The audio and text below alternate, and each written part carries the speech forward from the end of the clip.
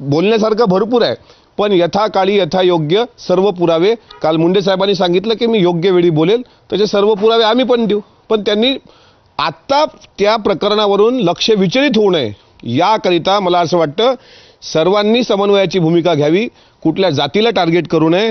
दुसरं तुम्हाला कोठेवाडीमधली एक घटना आहे, पाथर्डी तालुक्यामधली. जानेवारी 2001 मध्ये पाथर्डी तालुक्यातील कोठेवाडी किंवा काठेवाडी जानेवारी 2001 मध्ये कथित दारासिंग भोसले गँगने जो रात्रभर दरोडा घातला होता, त्या घटनेमध्ये 4 महिलांवर अत्याचार व 2 खून झाले होते व त्यांच्या लाखोची मालमत्ता लुटण्यात आली होती. त्यावेळेस भुजबळ साहेब गृहमंत्री होते. या प्रकरणानं संपूर्ण महाराष्ट्र हादरला होता आणि या गँगचा जो म्होरक्या होता त्याचं नाव होतं दारासिंग उर्फ मारुती भोसले व यांच्याशी कोणाचे अर्थपूर्व संबंध होते, कोणाच्या मोठ्या भावाचे अर्थपूर्ण संबंध होते याचे पण पुरावे आमच्याकडे आहेत, ते सुद्धा आम्ही योग्य वेळी देऊ. त्यानंतर तुम्हाला एक अत्यंत महत्त्वाची गोष्ट सांगतो की कोठेवाडीला जो दरोडा टाकला गेला त्यात 17 दरोडेखोरांच्या अंगावर सुरेश धस मित्रमंडळ अशा प्रकारचे फोटोसहित छापलेले टी शर्ट होते.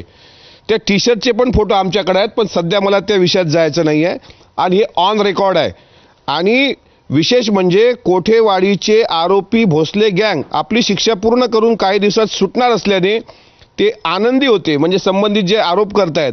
आणि भोसले गँग यांच्यासाठी कोणाचाही काडा काढू शकते अशा पद्धतीनं राजकीय नेता त्या ठिकाणी वावरत होता. म्हणजे त्यांनी एक गुंडशाही निर्माण केली होती.